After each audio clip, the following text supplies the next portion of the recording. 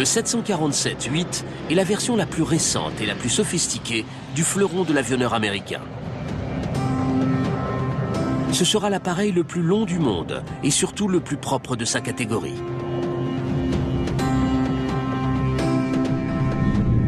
Comme tous les Jumbo qui sillonnent les airs, il naîtra à Everett, dans l'État de Washington, au nord de Seattle. La Mega Factory Boeing est le plus grand bâtiment du monde. Les peintures murales de ses portes détiennent le record mondial de taille dans le Guinness Book. Ces dimensions lui permettraient de contenir aisément tout Disneyland.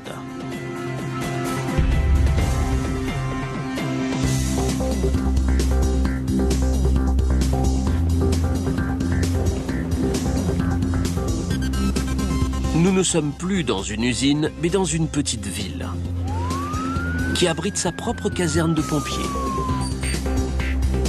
7 cafétérias parmi les plus fréquentées des États-Unis sont à l'intérieur même de l'usine. 207, s'il vous plaît. Le personnel se déplace sur une armada de tricycles et de vélos. Mais il faut souvent des mois aux nouveaux employés pour s'orienter dans ce bâtiment. Ces dimensions étaient absolument écrasantes. C'était un peu la folie. Je ne savais pas trop ce que je faisais, ni où j'allais. 23 ans après, j'arrive encore à me perdre dans cette usine.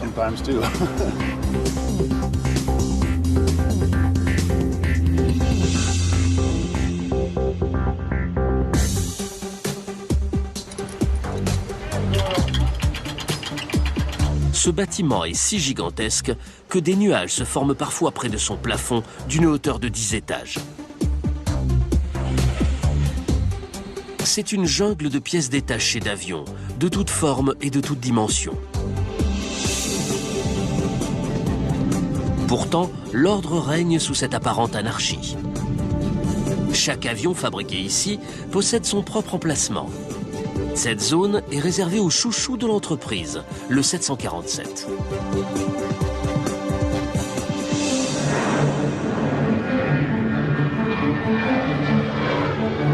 Le premier avion construit ici fut un 747, le premier jumbo jet.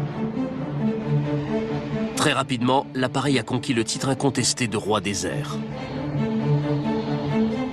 Une suprématie jamais remise en cause durant 40 ans.